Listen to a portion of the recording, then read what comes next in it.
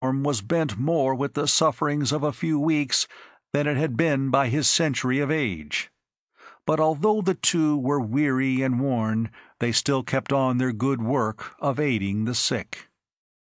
One morning the old man was very weak, so weak that he could hardly stand. Zaya got frightened about him and said, "Are you ill, father?" For she always called him father now. He answered her in a voice, alas, hoarse and low, but very, very tender. "My child, I fear the end is coming. Take me home, that there I may die." At his words, Zaya gave a low cry and fell on her knees beside him, and buried her head in his bosom and wept bitterly, whilst she hugged him close.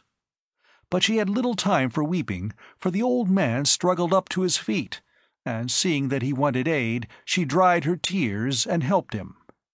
The old man took his staff, and with Zaya helping to support him, got as far as the fountain in the midst of the market-place, and there, on the lowest step, he sank down as though exhausted. Zaya felt him grow cold as ice, and she knew that the chilly hand of the giant had been laid upon him. Then, without knowing why, she looked up to where she had last seen the giant, as Noel and she had stood beside the fountain. And lo, as she looked, holding Noel's hand, she saw the shadowy form of the terrible giant who had been so long invisible growing more and more clearly out of the clouds. His face was as stern as ever, and his eyes were still blind. Zaya cried to the giant, still holding Noel tightly by the hand, "Not him! Not him! Oh, mighty giant, not him! Not him!" And she bowed down her head and wept.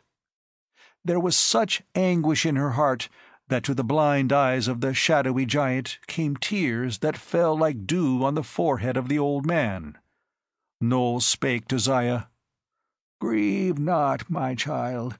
I am glad that you see the giant again, for I have hope that he will leave our city free from woe. I am the last victim, and I gladly die." Then Zaya knelt to the giant and said, "Spare him! Oh, spare him, and take me! But spare him! Spare him!" The old man raised himself upon his elbow as he lay, and spake to her, "Grieve not, little one, and repine not. Sooth, I know that you would gladly give your life for mine, but we must give for the good of others that which is dearer to us than our lives. Bless you, my little one, and be good. Farewell, farewell." As he spake the last word, he grew cold as death, and his spirit passed away. Zaya knelt down and prayed, and when she looked up, she saw the shadowy giant moving away. The giant turned as he passed on, and Zaya saw that his blind eyes looked towards her as though he were trying to see. He raised the great shadowy arms, draped still in his shroud of mist, as though blessing her, and she thought that the wind that came by her moaning bore the echo of the words, "Innocence and devotion save the land." Presently she saw far off the great shadowy giant Plague moving away to the border of the land, and passing between the guardian spirits out through the portal into the deserts beyond forever. The End of The Spectre of Doom by Bram Stoker.